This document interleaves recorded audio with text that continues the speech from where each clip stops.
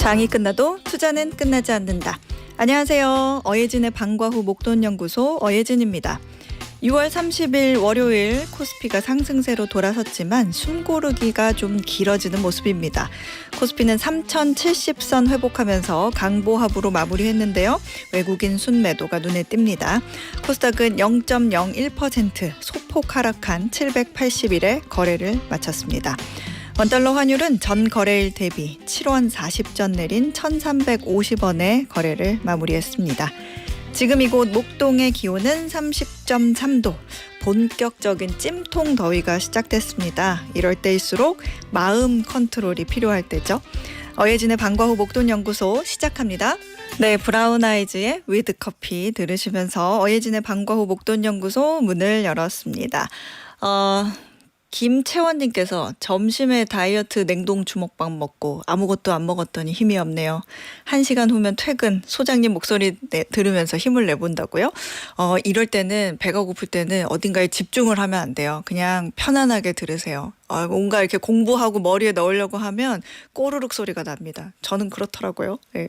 이인수님께서 벌써 2025년의 절반이 지났다고 해놓은 일 없이 야속하게 시간만 흘러간 것 같습니다 하셨는데, 저는 이인수님 말씀 듣고 방금 느꼈네요. 벌써 6월 30일이에요.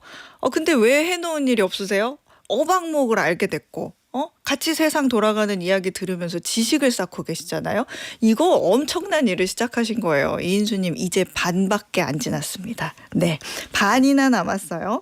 월요일부터 금요일까지 오후 4시에 문 여는 SBS 라디오 어예진의 방과 후 목돈연구소고요. 무료로 SBS 라디오 들을 수 있는 어플 고릴라, 유튜브 채널 시교라로 함께 하실 수 있습니다. 저와 소통 원하시는 분들은 단문 50원, 장문 100원의 유료 문자 샵 1035, 무료 어플 고릴라로 문자 보내주세요. 소개도 해드리고 추첨해서 커피 쿠폰 보내드리겠습니다.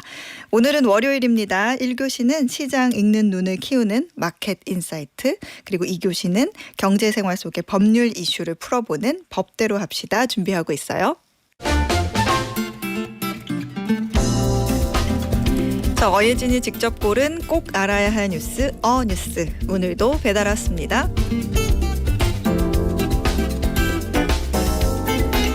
유럽과 미국은 벌써 가마솥 폭염이 시작됐습니다. 뉴욕을 비롯한 미국 동부 지역은 최고 40도, 스페인과 이탈리아 등 남유럽은 46도까지 올라 나라 곳곳이 비상 경계에 들어갔습니다. 유럽 일부 국가에서는 밖에서 일하는 사람들에게 노동 금지령이 내려졌고 일부 관광지도 폐쇄했습니다. 기존에 덜 덥고 건조한 여름 날씨 탓에 에어컨 설치가 일반화되어 있지 않는 프랑스는 매년 비상입니다. 그렇다고 에어컨을 새로 설치하자니 실외기 설치를 제한한 전통 건축물 보호법이 발목을 잡고 있죠. 더위와 거리가 멀 것 같은 러시아 시베리아 지역도 38도에 육박한 열대성 더위가 이어지고 있습니다. 평년 기온보다 8에서 9도씨가량 더 높습니다. 지구가 점점 뜨거워지면 폭염뿐 아니라 홍수, 가뭄, 산불 같은 극단적인 재난이 더 자주 발생합니다. 한번 지나가고 끝나면 그나마 다행이지만 아예 나라가 없어지는 곳도 생겼습니다. 해수면이 점점 상승하면서 나라 전체가 물에 잠기고 있는 나라, 투발루입니다. 2100년이 되면 나라 전체가 물에 잠길 수 있다는 경고가 나오면서 기후변화로 인해 최초로 사람이 못 사는 나라가 되게 생겼습니다. 최근 옆 나라인 호주가 투발루 국민들에게 기후 비자를 제공해 이주를 돕는 일도 있었죠.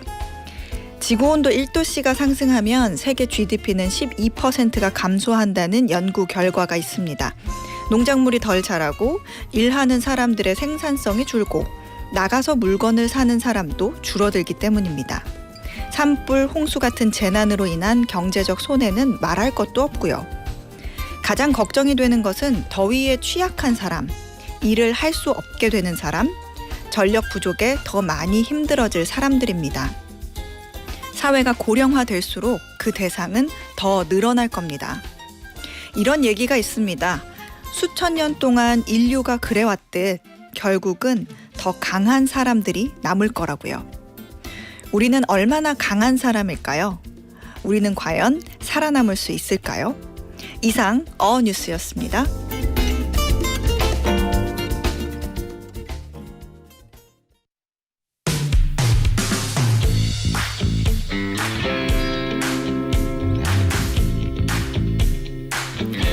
시장 읽는 눈을 키우는 마켓 인사이트, 오늘은 NH투자증권 리서치본부 김영환 수석연구원과 함께합니다. 어서 오세요. 안녕하세요. 네.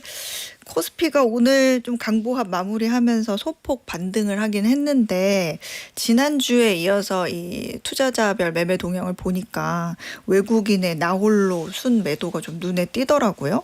뭐 시장을 그동안 끌어올렸던 동력 중에 하나가 외국인의 순 매수였는데, 이제 매도로 돌아서니까 처음에는 차익 실현 매물인가 보다 그렇게 생각을 했는데, 오늘도 그러니까 좀 걱정이 되기도 하고, 이렇게 되면 우리 시장이 조금 갈 수는 있는 거겠지 하면서 약간 불안한 마음이 드는데 어떻게 보세요?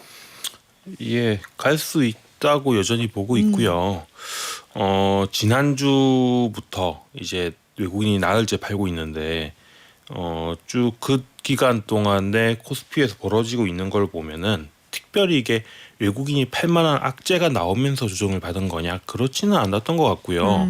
많이 올랐던 것들이 떨어지면서 그게 상대적으로 그동안 좀 조정을 받았던 쉬어갔던 것들이 다시 올라가는 약간 순환매 양상이 보이고 있어서 아주 질이 나쁜 하락은 아니다, 건전한 조정인 것 같다라는 생각이 들고요.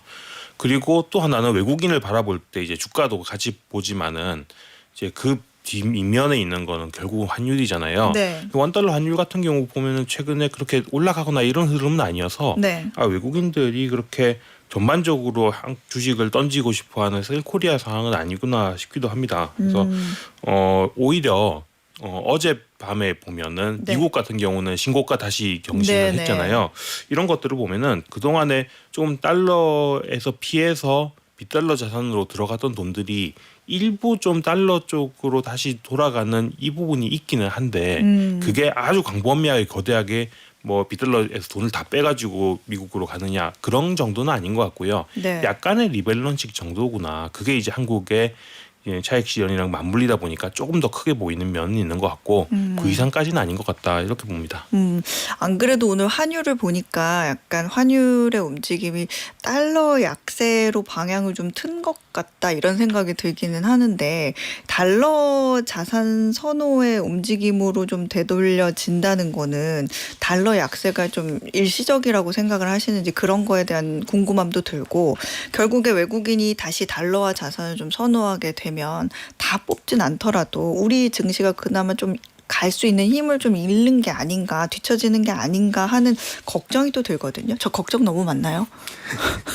그간에 이제 그 외국인들이 한국장을 영향을 많이 주다 보니까 네. 외국인이 팔 때는 한국은 떨어지고 미국만 올라가는 디커플링을 우리가 워낙 많이 봤었으니까요.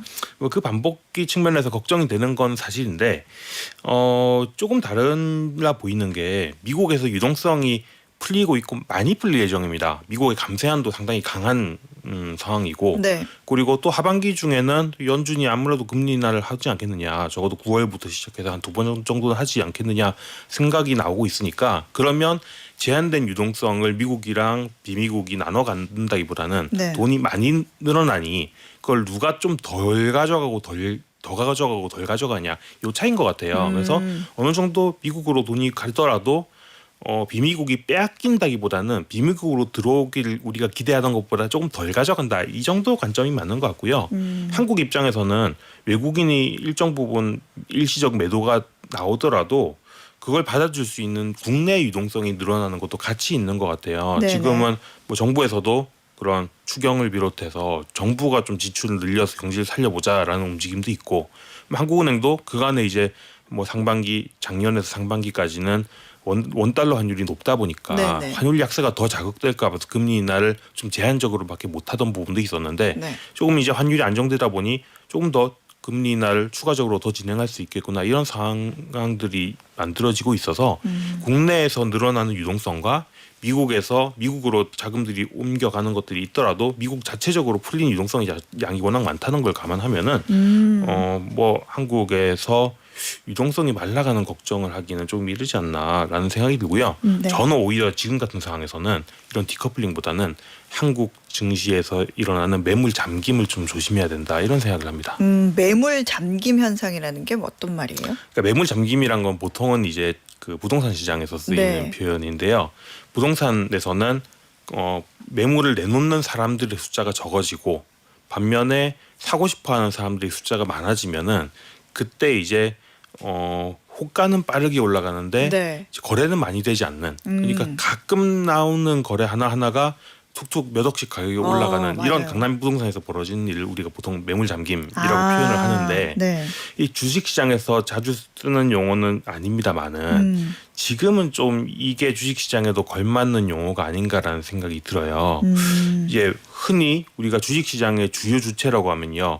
외국인과 개인이 왔다 갔다 하는 움직임들을 보이는데 보통은 네. 외국인들이 방향을 결정하고 개인은 그걸 받아주는 역할을 합니다. 그러니까 외국인들은 글로벌 경기가 좋아질 것 같아. 그럼 글로벌 경기가 좋아질 때 수출이 대폭 늘어나는 증시가 한국이니 그럼 그때 한국을 사자.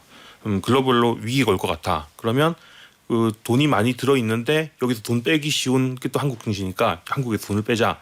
이런 판단을 가지고 쭉 사거나 쭉 팔거나를 합니다. 네. 그러면 개인들은 원래 가지고 있던 개인들이 주식을 절대적으로 많이 들고 있습니다만은 별로 생각이 없다가 비싼 값에 사준다고 하면 팔았다가 뭐 계속 팔려고 가격을 하면은 좀 사줬다가 거기 대응한 수동적으로 대응하는 식의 움직임을 보이는 게 보통은 개인이고 네. 외국인이 좀 적극적으로 방향을 가지고 매매를 하는 편인데 지금 보면요 최근 들어서 한국에서 개인들이 굉장히 주식을 사고 싶어하는 욕구들이 맞아요. 넘쳐나고 있어요. 맞아요. 그러면 외국인도 별로 팔 생각이 없고 한국 주식 조금 비중을 줄여놨던 거를 채워가는 과정에서 조금 사고 있는 상황인데 그 상황에서 한국 사람들이 그 내놓던 매물들을 걷어두기 시작하면은 주가가 거래를 많이 수반하지 않고 올라가는 그런 움직임들이 보일 수 있다는 거죠. 그렇게도 시장이 펼쳐질 수 있군요. 실제로 한 5, 6월 정도의 상황들을 보면요. 네. 주가가 올라가는 폭에 비해서 거래량도 많지 않고요.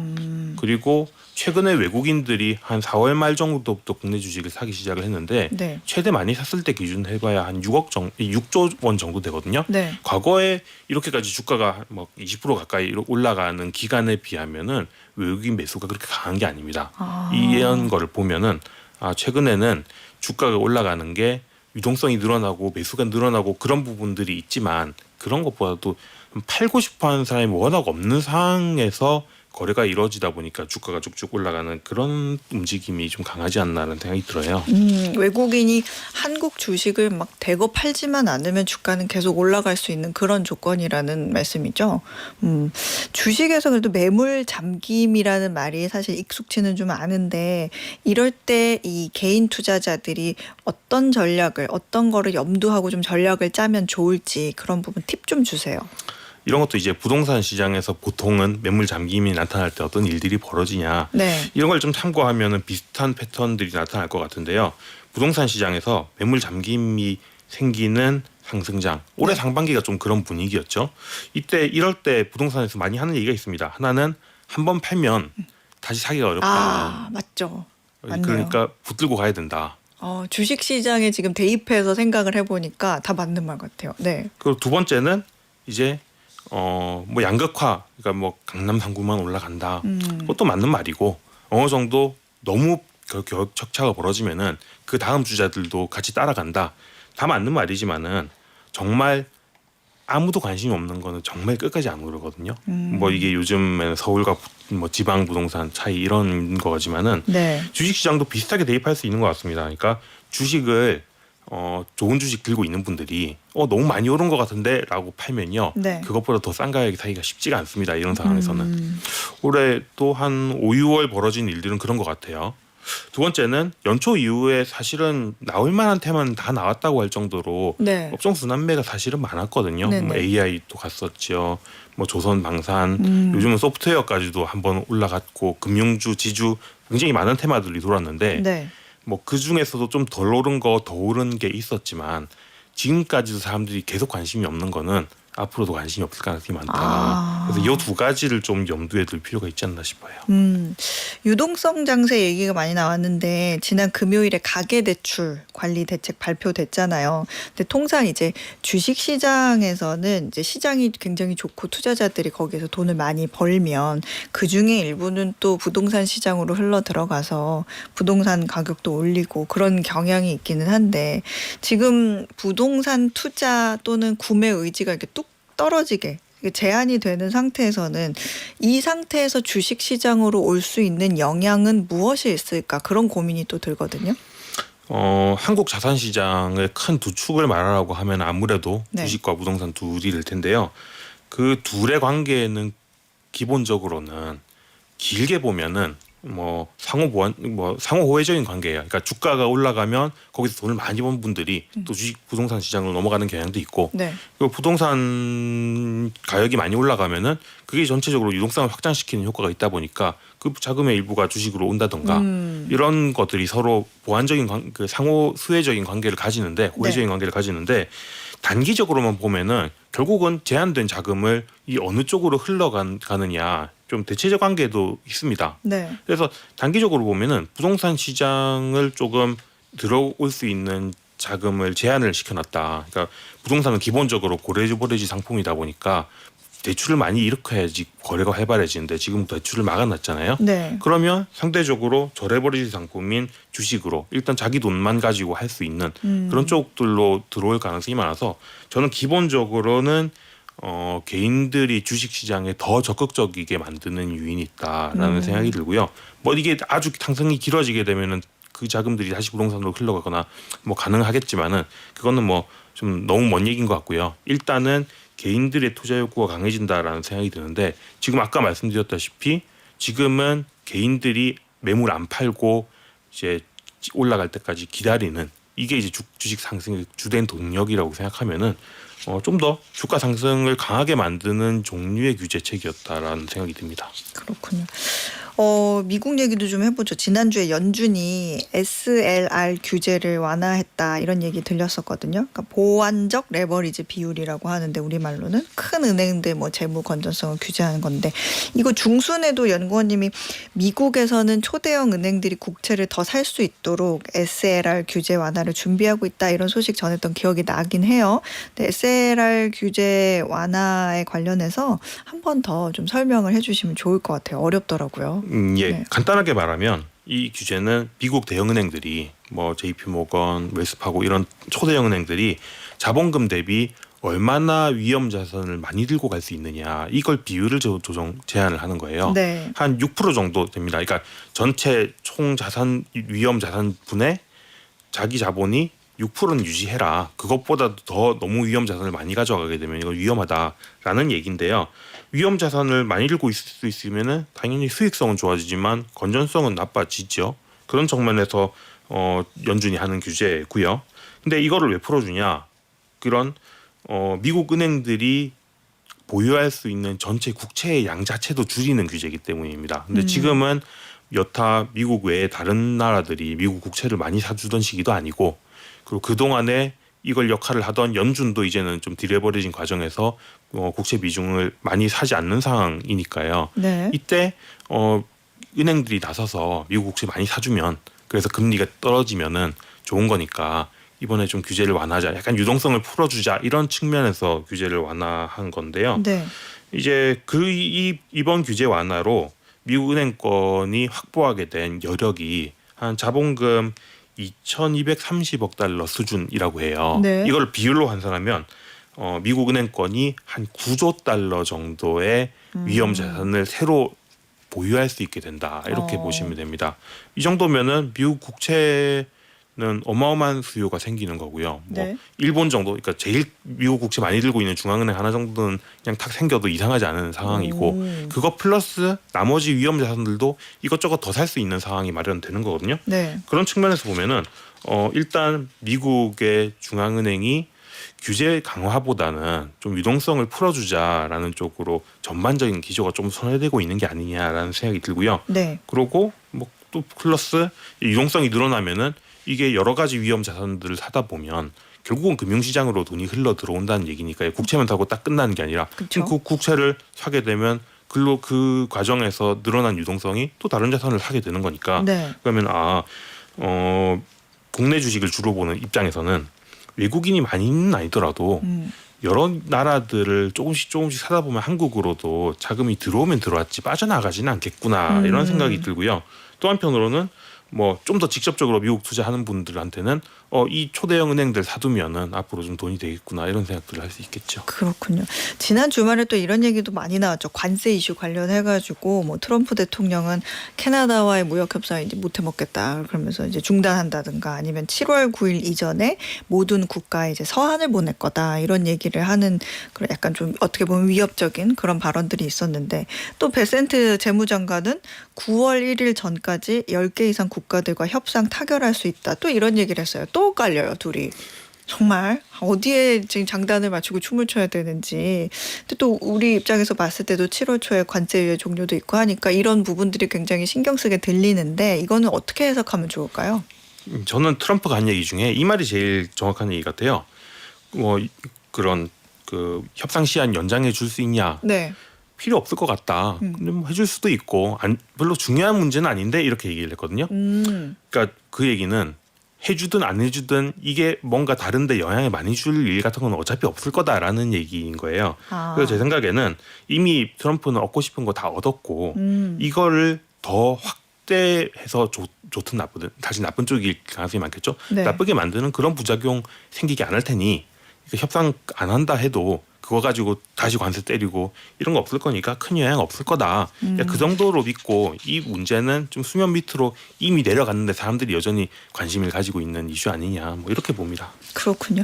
마지막으로 정리를 좀 해보면 아무래도 시장은 계속 갈 것으로 전망을 하고 계시고 이런 시점에서는 비싸다고 팔아버리지 말고 좋은 주식 잘 골라서 남들이 안 보는 건 끝까지 안 보니까 그런 부분 종목 선정 잘 해서 가져가는 게 좋을 것 같다. 이렇게 정리를 해볼 수 있겠네요. 지금까지 NH투자증권 리서치본부 김영환 수석연구원이었습니다. 고맙습니다. 감사합니다. 매주 월요일부터 금요일 오후 4시부터 5시까지 경제에 관한 모든 것을 충전하는 시간 SBS 라디오 어예진의 방과후 목돈연구소와 함께하고 계십니다. 새로운 인생 2막을 시작하신 분들의 사연들이 도착을 했어요. 정혜선님께서 지난 금요일에 정년퇴직하시고 바로 동네 대형마트에서 오늘부터 근무 시작하신대요. 아니 취업이 어려운 때 이렇게 일이 착착 진행되시다니요. 너무 축하드립니다. 방송 듣고 오늘 첫 출근하시죠? 커피 한잔 하시면서 가세요. 축하 선물 보내드립니다. 그리고 엄다리님, 소장님 굿 소식이요. 저 이직 최종 합격됐어요. 엉엉 하고 오셨는데 이분 저번에 면접 보러 간다고 잘할 수 있겠죠? 하고 문자 보내주셨는데 제가 소개하고 싶었는데 시간 때문에 소개 못 해드렸었거든요. 그래서 마음속으로 붙어라 이렇게 기원을 보냈는데 너무 기쁜 소식 전해주셔서 감사합니다. 엄다리님께도 커피 한 잔 보내드리면서 축하 선물 대신할게요. 자, 오늘의 퀴즈 풀고 2교시로 넘어가 보겠습니다. 현지 시간으로 지난 27일 미국 뉴욕 증시가 일제히 상승 마감했습니다. 특히 S&P 500 지수는 6,170선을 넘기면서 종가 기준 사상 최고치를 다시 썼고요. 이 지수 역시 2270포인트를 넘어서면서 역대 최고점을 갈아치웠습니다. 자, 여기서 퀴즈 나갑니다. 다음 중 1971년에 설립된 미국의 대표적인 전자 주식 거래소로 애플, 마이크로소프트, 엔비디아 등 기술 중심 기업들이 주로 상장된 이것은 무엇일까요? 보기 나갑니다. 1번 나스닥, 2번 코스닥, 3번 꼬꼬닥. 정답 아시는 분들은 단문 50원, 장문 100원의 유료 문자 샵 1035나 무료 어플 고릴라로 보내주세요. 당첨되신 분들 가운데 추첨해서 편의점 상품권 보내드리겠습니다.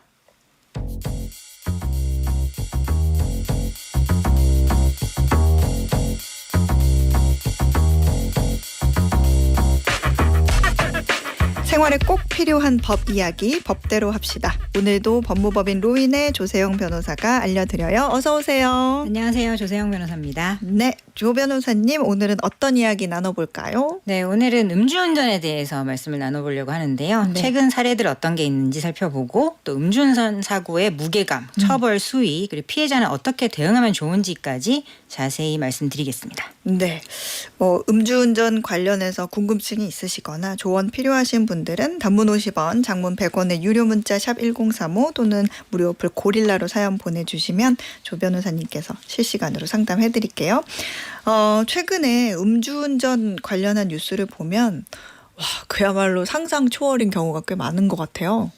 네, 단순히 술을 마시고 운전하는 걸 넘어서서 사고 후에 뭐 도망을 간다든지 심지어 가족의 신분을 도용한 사례도 있었고 측정을 방해하려고 일부러 술을 더 마시는 그런 사례들도 있었습니다.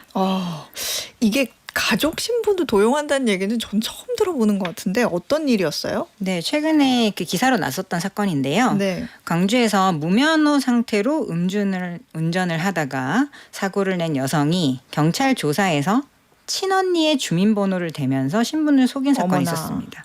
그러니까 무면허에다가 음주운전에다가 거기다가 혈중 알코올 농도가 무려 0.181%라고 했어요. 이게 얼마나 높은 거냐면 네. 우리 혈중 알코올 농도가 0.03%만 넘어도 음주운전이거든요.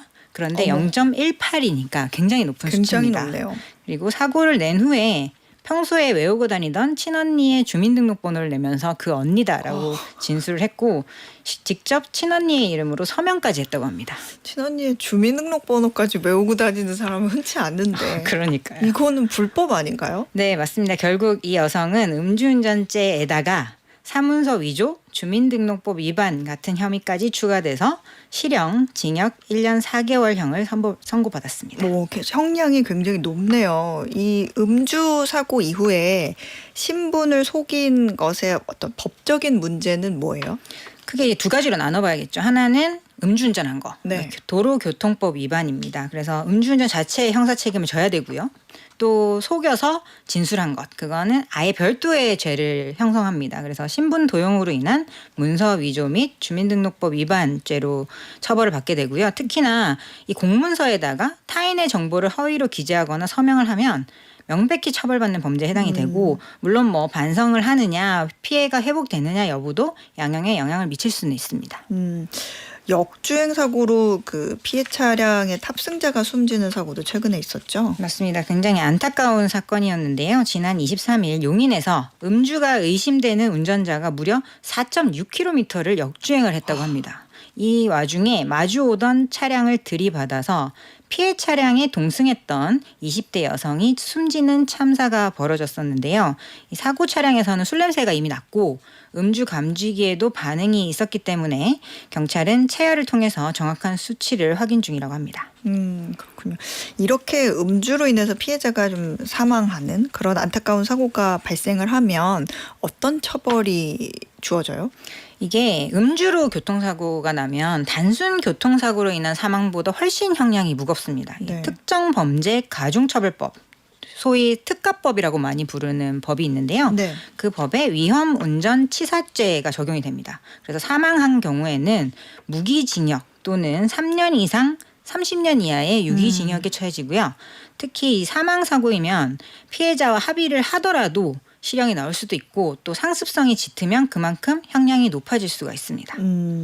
여러 번 음주운전을 할 경우에는 같은 처벌이 아니라 계속 뭔가가 쌓이는, 그러니까 더 심해지나 보죠, 처벌이? 네, 초범일 경우에는 그래도 양형 요소로 이전에 그러한 같은 죄가 없었다라는 부분이 어느 정도 참작은 되는데 뭐 상습적으로 음주운전으로 사고를 일으킨 경우에는 당연히 양형이 높아질 수밖에 없습니다.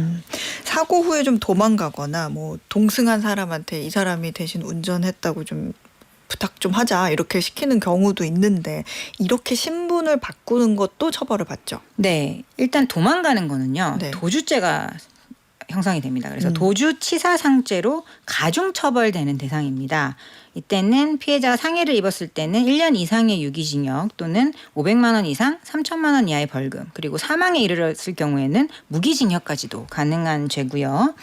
또 가족이나 지인에게 대신 운전했다고 허위 진술을 시킨 경우에는 뭐 음주운전죄 플러스 범인 도피 교사죄까지 같이 적용이 될 수 있고, 실제로 남편이 본인이 사고를 내고 아내가 운전했다라고 시킨 경우가 있었는데 이때 징역 1년 4개월 실형이 선고된 판례도 있었습니다.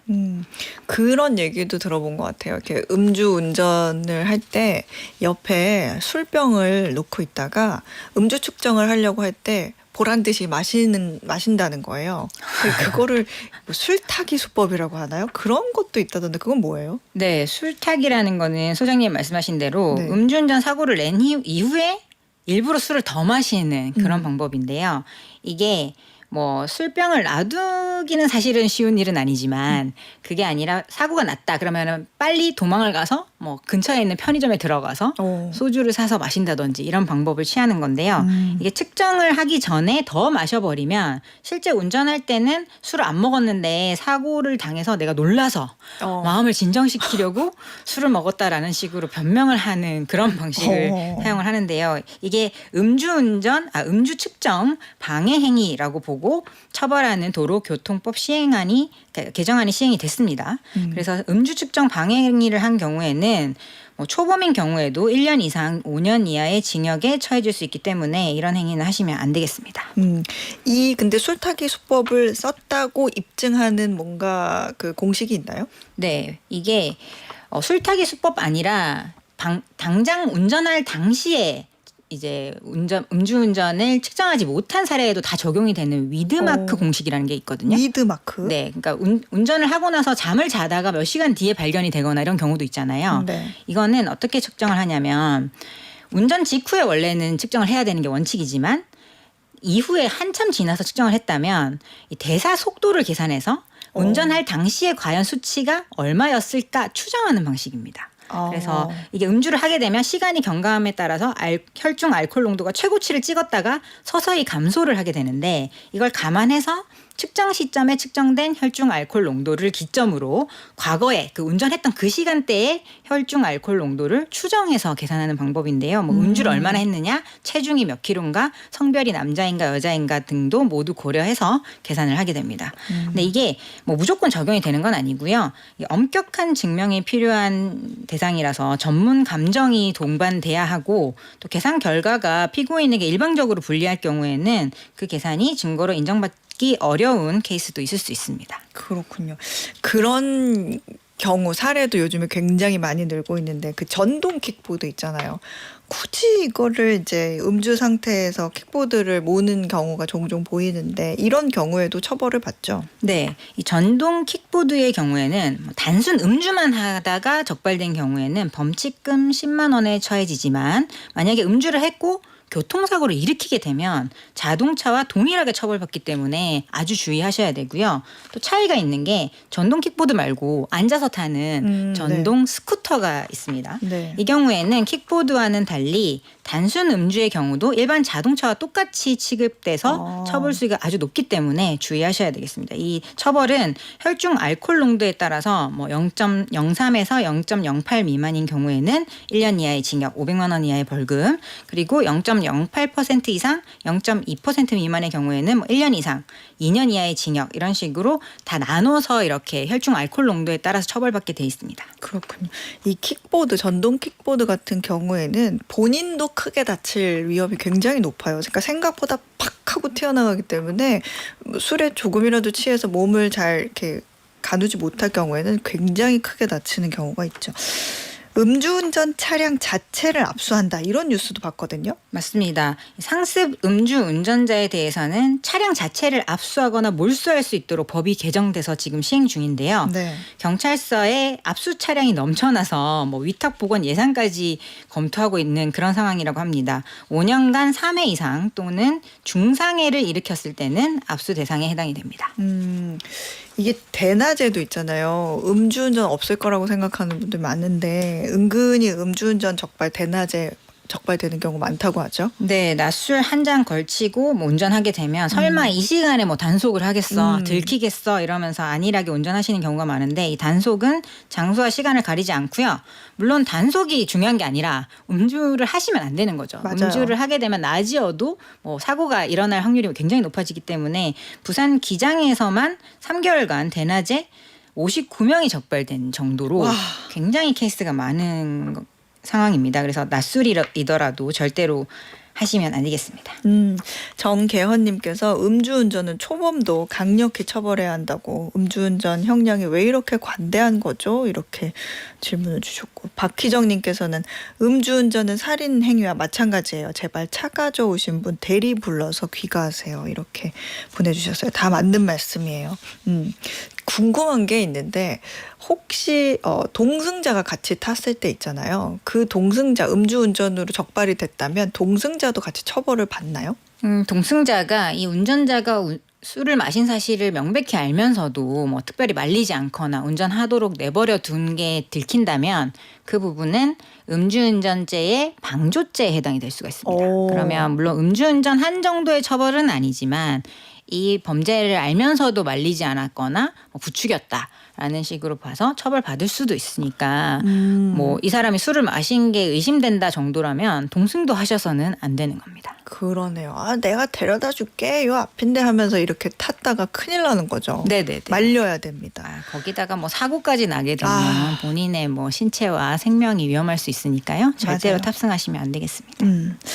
피해자가 안타깝게도 사망을 하거나 뭔가 중상해를 입은 경우에 이런 부분들은 보험으로도 해결될 수가 있나요? 이게 일반 교통사고의 경우에는 거의 가능하거든요. 네. 종합보험에 가입이 돼 있어서 일반 교통사고가 일어난 경우에는 그 손해배상금이 보험금으로 대부분 커버가 되고 물론 형사처벌은 뭐 중과실의 경우에는 별도로 발생을 하지만 이 음주운전으로 인한 뭐 사망이나 상해 같은 경우는 달라요. 이거는 보험으로 해결되지 않는 경우가 대부분이고요. 약관에 다 그렇게 명시가 돼 있습니다. 네. 그리고 민사상 손해배상 자체를 개인적으로 해야 되고 형사처벌도 실형 선고 가능성이 아주 높아집니다.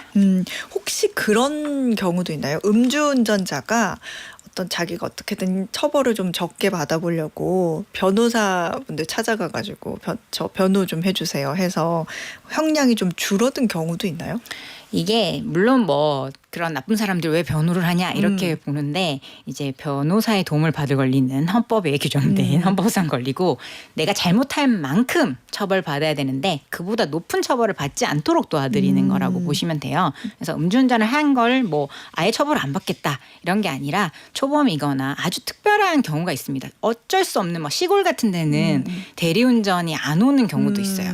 근데 굉장히 급한 사정이 생겨서 뭐 가족이 너무 뭐 위급하다든지 이런 아주 특수 상황이 있는 경우에는 그 부분을 잘 소명을 하면 재판부에서도 어쩔 수 없는 상황이었구나라는 게 입증이 되면 어느 정도 이제 감형은 가능한데 예전처럼 뭐 변호사를 뭐 유명한 사람을 선임했다고 해서 무조건 감형이 되거나 그런 분위기는 전혀 아닙니다. 그런 특수 경우가 아니고서는 택도 없다. 네네네네. 꿈도 꾸지 마라. 아주 어렵습니다. 와, 네. 음주운전 때문에 교통사고를 당했을 때 피해자가 내가 될 수도 있잖아요. 그럴 때는 어떻게 대응하면 좋을까요? 물론 이게 내 치료에 집중하시는 게 제일 중요하고요. 네. 근데 형사 절차를 협조하면서 가해자와 합의를 할 것인가 여부를 판단하시는 게 좋습니다. 이게 실형이 예상되는 경우에는 합의금이 높아지기 때문에 민사상 별도의 손해배상을 청구하는 것보다 좀 더 높은 합의금을 받게 되면 뭐 돈이 중요한 건 아니지만 그래도 내가 치료받고 또 그동안 뭐 일을 못하는 거에 대한 보상이라든지 이런 거 충분히 받으셔야 되잖아요, 사실은. 네. 그래서 그 합의금 부분에 신경을 쓰시는 게 좋은데 물론 이 가해자가 너무 재질이 나쁘거나 뭐 사과를 하지 않거나 오. 뭐 이런 경우에는 합의를 안 하셔도 돼요. 이거는 형사배상 청구를 하셔도 되고 별도의 민사소송을 내셔도 충분히 내가 입은 손해만큼은 보전받으실 수 있기 때문에 꼭 합의를 하셔야 되는 건 아닙니다. 그렇군요. 끝으로 좀 전반적으로 강조하고 싶은 메시지 있으실까요?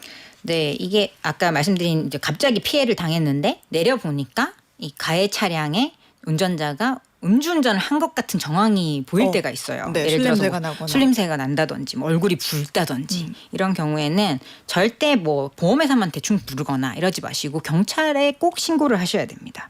그리고 이 뭐 발음이 좀 이상하다거나 나왔는데 뭐 비틀비틀 걷는다거나 네. 이런 거는 경찰에서 처벌받게 하는 초기 판단에 되게 중요한 증거가 될 수 있기 때문에 이게 뭐 녹음을 좀 가능하시면 녹음을 한다든지 네. 이런 증거를 좀 따놓으시는 게 좋고요. 네.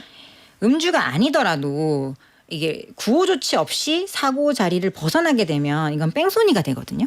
그러니까 이게 오해받을 행동은 안 하는 게 좋습니다. 내가 사고가 났다. 아주 경미한 임사사고라도 나면 멈추고 이 사고 처리부터 하셔야 돼요. 그리고 연락처를 주고받고. 근데 만약에 아주 그냥 스치듯이 지나가서 괜찮다 정도 말만 듣고 바로 가버리시게 되면 이게 도주 차량죄로 처벌받으실 수 있는 위험성이 높아지고요. 작은 접촉 사고라도 발생을 하게 되면 절대 현장을 이탈하지 마시고 사고 처리를 하시는 쪽이 좋습니다.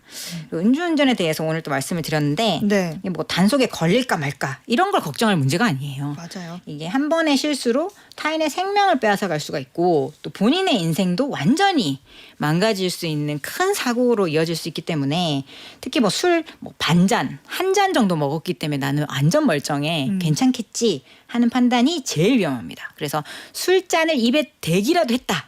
그러면 절대 운전대를 잡으시면 안 되겠습니다. 그러지 말고 그냥 아예 가져가지 말자. 네. 택시 타고 그런 가세요. 네. 그 음주운전은 생각도 하지 말자. 네. 그런 얘기 많은 분들이 문자 보내주시면서 굉장히 강하게 얘기를 해주고 계십니다. 진짜 정말 위험한 거니까 나도 그렇고 남도 그렇고요. 네. 지금까지 법무법인 로인의 조세영 변호사였습니다. 오늘 말씀 감사합니다. 고맙습니다. 네, 오늘 퀴즈 정답 확인해 보겠습니다. 오늘 퀴즈에서는 1971년에 설립된 미국의 대표적인 전자 주식 거래소로 기술 중심 기업들이 주로 상장된 시장이 뭔지 여쭤봤는데요. 정답은 1번 나스닥이었습니다. 오늘 편의점 상품권 받으실 분은요. 1093님, 4777님, 0233님 이렇게 세 분입니다.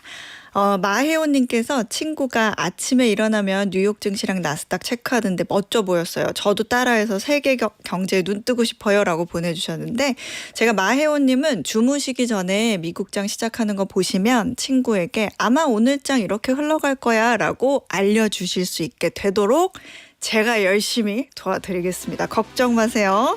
자, 내일도 세상 돌아가는 소식 투자의 기본기 알고 싶다면 오후 4시 어예진의 방과 후 목돈연구소로 놀러오세요. 끝곡은 신성우의 내일을 향해 띄워드립니다. 고맙습니다.